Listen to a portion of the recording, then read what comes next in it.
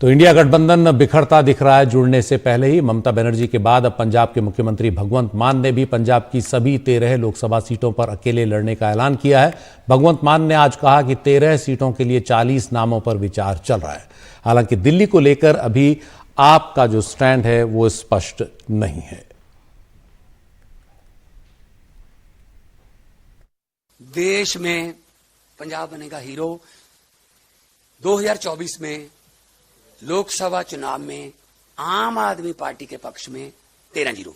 ममता बनर्जी ने अकेले चुनाव लड़ने की घोषणा की। देखो ये तो उनका काम है, ये ममता बनर्जी नहीं कोई बात नहीं, वो हो सकता है कोई उनके साथ बातचीत चल रही हो उस लेवल पे, लेकिन पंजाब में हम ऐसा नहीं करने वाले। पंजाब में कांग्रेस से हमारा कोई।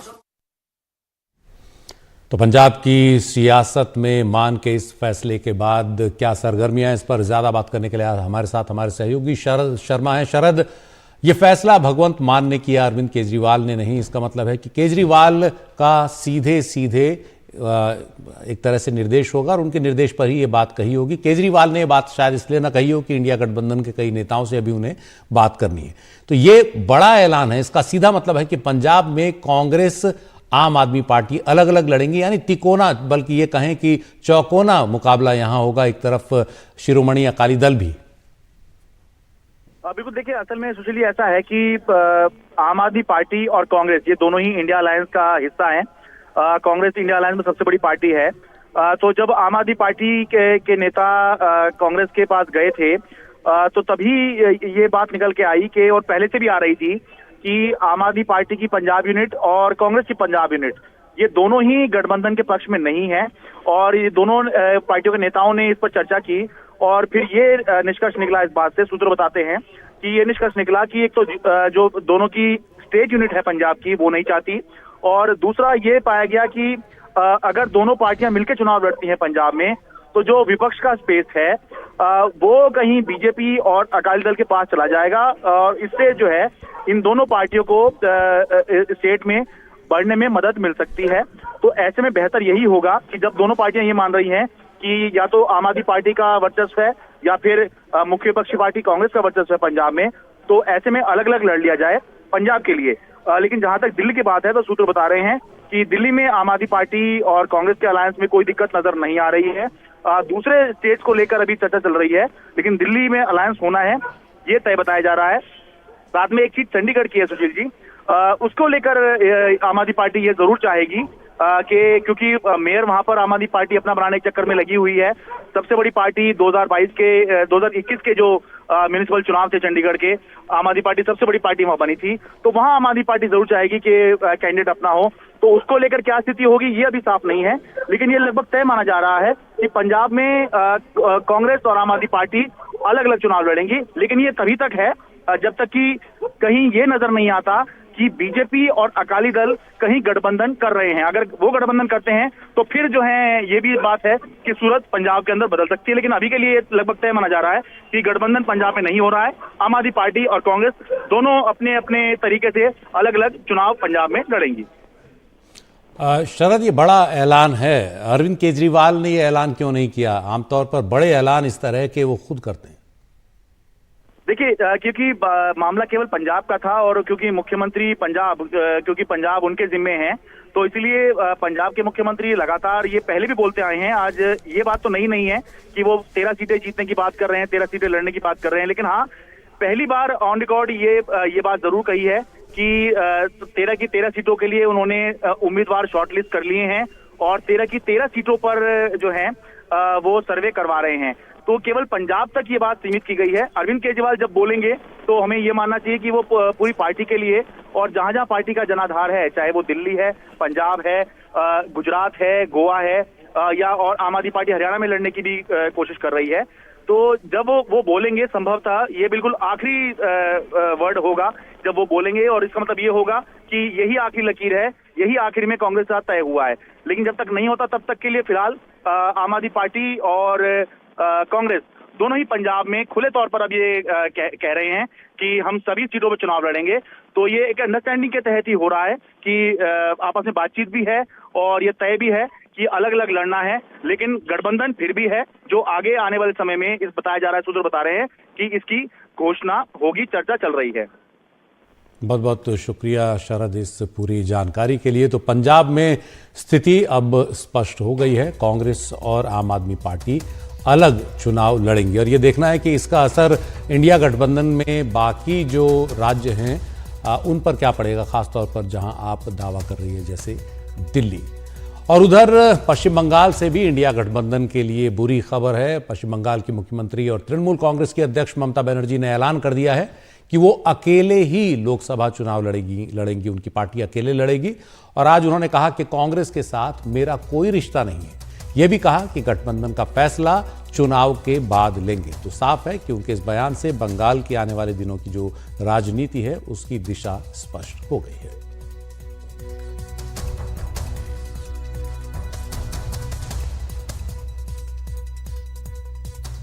কারোর সাথে আমার কোনো কথা হয়নি এবং আমি প্রথম থেকে প্রত্যাখ্যান করেছি। তখন থেকে আমাদের দল সিদ্ধান্ত নিয়েছে আমরা বাংলায় একা চলবো। ইভেন ওরা যে আজ থেকে র্যালি করেছে আমাদের একবার অ্যাজ এ ম্যাটার অফ কার্সি আমি ইন্ডিয়ার অ্যালায়েন্স আমাকে একবার জানিয়েছে দিদি আপনার রাজ্যে যাচ্ছি না, জানাইনি। সুতরাং আমার সাথে কোনো সম্পর্ক নেই বাংলার ব্যাপারে। অল ইন্ডিয়ায় কী করবো না করবো আপনার ইলেকশন ভাববো। আমরা সেকুলার পার্টি, আমরা বিজেপিকে হারানোর জন্য যা করার জন্য। কিন্তু এখন কোনো চর্চা নেই, মিথ্যে কথা, অ্যাবসলিউটলি রং। মিথ্যেটা আমি বলবো না বলতে, অ্যাবসলিউটলি রং। কোনো কাগজ এটাকে নিয়ে পলিটিক্স করছে, এটা রং। আর একটা কথা বলে দেয়, কাজল শেখকে নিয়ে অনেকে পলিটিক্স করছে। ও তো জেলা পরিষদের সভাধিপতি আছে, আর ওকেও দুটো দায়িত্ব দেওয়া আছে নাটুরকে দুটো। এত মিথ্যে কথা আপনারা কেন বলবেন, কেন লিখবেন? जब हम लंबा सफर कर रहे हैं, एक लंबा सफर है, रास्ते में कभी कभी स्पीड ब्रेकर आ जाते हैं, कभी कभी लाल बत्ती आ जाती है। इसका माने नहीं है कि हम सफर से हम पीछे हट जाए, चलता रहता है। स्पीड ब्रेकर को हम पार करते हैं, लाल बत्ती हरी बत्ती बन जाती है। इंडिया गठबंधन का एक बहुत महत्वपूर्ण स्तंभ तृणमूल कांग्रेस है। हम ममता जी के बिना इंडिया गठबंधन की कल्पना नहीं कर सकते और हमें पूरा उम्मीद है कि जो बातचीत चल रही है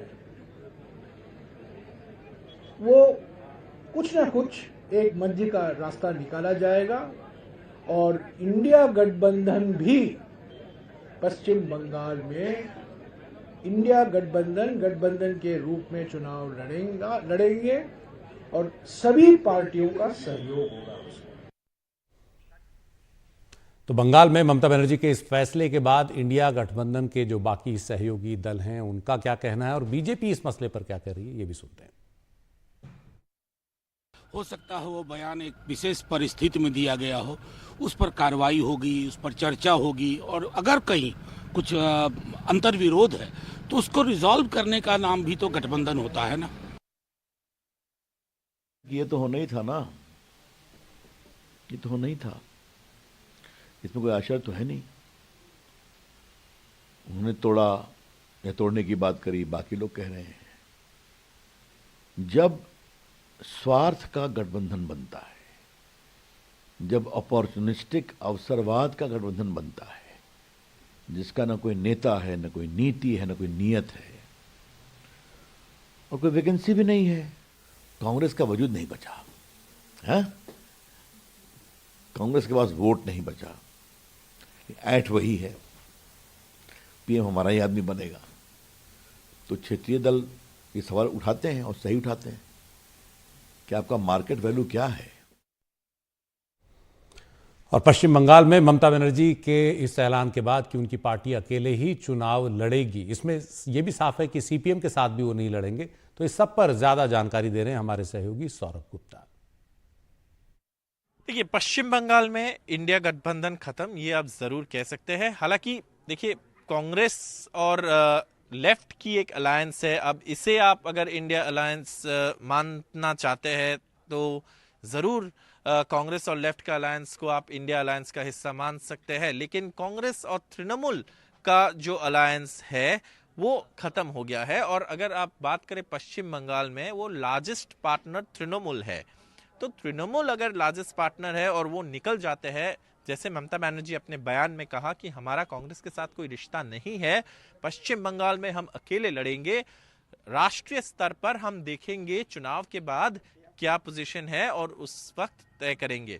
तो इसका एक जो व्याख्या जरूर ये निकल सकता है कि देखिए तृणमूल के अंदर कांग्रेस को लेकर कांग्रेस की जो ये अधीर चौधरी के जो कमेंट्स रहा है उसको लेकर काफी एक वो रहा है, अनकंफर्ट डिस्कंफर्ट रहा है, क्योंकि देखिए यहाँ पे अधीर चौधरी जो पीसीसी प्रेसिडेंट है वो ममता बनर्जी पर आक्रामक रहे हैं।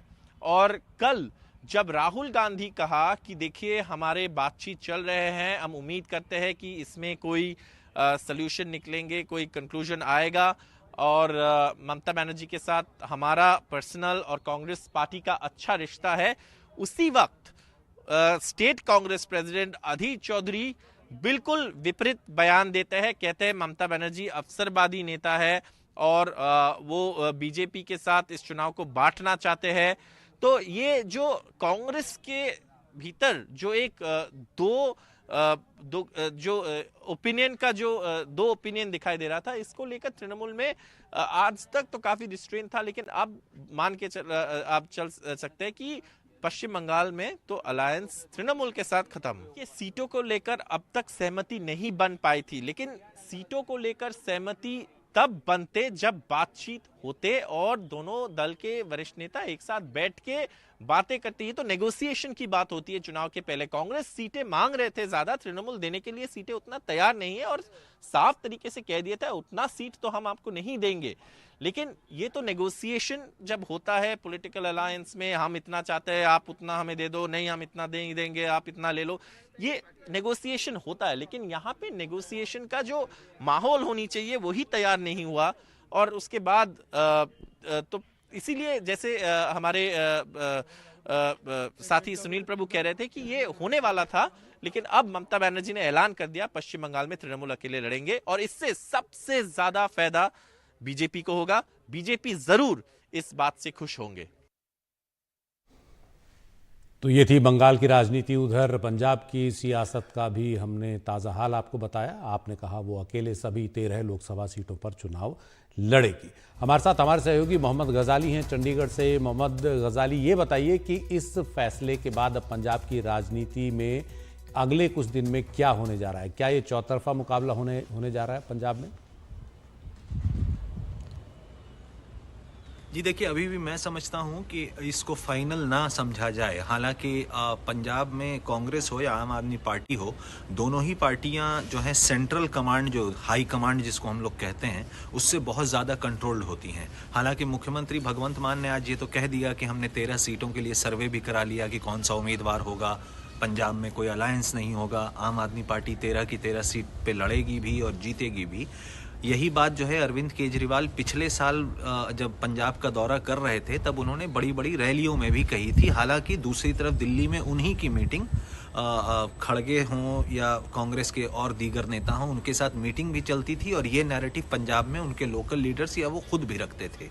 हालांकि पंजाब कांग्रेस की अगर बात करें तो उन्होंने भी अपने हाई कमांड को यही सारी बातें कही हुई हैं कि किस तरह से आम आदमी पार्टी के साथ आप अलायंस में जाएं या सीट शेयरिंग अरेंजमेंट में जाएं। दोनों ही जो ऑप्शंस हैं वो पंजाब में कांग्रेस की सियासत के लिए सुसाइडल हैं, बिल्कुल आत्महत्या करने वाली बात होगी। क्योंकि पिछले 2 साल में कांग्रेस और आम आदमी पार्टी के बीच के जो रिश्ते हैं वो बहुत कड़वाहट वाले रहे हैं। आम आदमी पार्टी की सरकार जब से पंजाब में आई है, उन्होंने भ्रष्टाचार के नाम पर कांग्रेस के कई पूर्व मंत्रियों को, जो पिछले सरकारों में मंत्री होते थे, कांग्रेस के कई लीडर्स को के ऊपर FIR की है। करप्शन के मामलों में कईयों की गिरफ्तारी हुई है। और ताज़ा हाल जो है वो ताज़ा मामला कांग्रेस के सिटिंग MLA हैं सुखपाल खैरा, जिनकी गिरफ्तारी ड्रग्स के केस में हुई और उसके बाद जिस दिन उनको बेल मिलने वाली थी उसी दिन उनके ऊपर दूसरा केस हो जाता है। फिर सुप्रीम कोर्ट में आम आदमी पार्टी चली जाती है, सरकार चली जाती है कि उनका बेल कैंसिल किया जाए। और ये सब उस वक्त हो रहा है जब अलायंस की बात दिल्ली में चल रही होती है। फिर चंडीगढ़ में भी आप देखें कि जब म्यूनिसिपल कॉरपोरेशन के मेयर के पोस्ट का चुनाव होता है तो फिर दोनों पार्टियां साथ आ जाती हैं। तो मुझे फिलहाल ये लगता है कि ये एकदम रोलर कोस्टर राइड, मतलब उतार चढ़ाव चलते रहेंगे जब तक फाइनली वहां से ये ना कह दिया जाए कि हाँ अब अलायंस के आसार नहीं बन रहे। हालांकि स्टेट यूनिट दोनों ही पार्टियों की वो बात कह रही है कि अलायंस ना करें, अलायंस करने से कांग्रेस को ज़्यादा नुकसान होगा, क्योंकि पंजाब में अगर कोई दो पार्टियों का अलायंस होता है तो अक्सर अलायंस की हिस्ट्री से देखा गया है कि एक ही पार्टी जो सरकार में होती है उसका प्रभाव ज़्यादा होता है। भाजपा और अकाली दल के अलायंस से हम समझ सकते हैं कि अकाली दल ने भाजपा को कभी ग्रो होने नहीं दिया। तो इन सब वजूहात की वजह से कांग्रेस और आम आदमी पार्टी दोनों ही अलायंस के खिलाफ हैं, लेकिन फाइनल वर्ड जो है वो दिल्ली से ही सुनने में आएगा, तब बात समझ में ज़्यादा आएगी। जी, बहुत बहुत तो शुक्रिया गजाली इस पूरी जानकारी के लिए। तो गजाली का कहना है कि इसको आखिरी वर्ड न माना जाए। हो सकता है शायद इसीलिए अरविंद केजरीवाल ने खुद ये बात न कही हो। तो आने वाले दिनों में देखेंगे, लेकिन बंगाल में तो अब ये स्पष्ट हो गया है, क्योंकि वहाँ तृणमूल की सबसे बड़ी नेता ने ऐलान कर दिया है कि वो कांग्रेस के साथ नहीं जाएंगी, अकेले चुनाव लड़ेंगी। ये विपक्षी गठबंधन इंडिया की सियासत का ताज़ा हाल।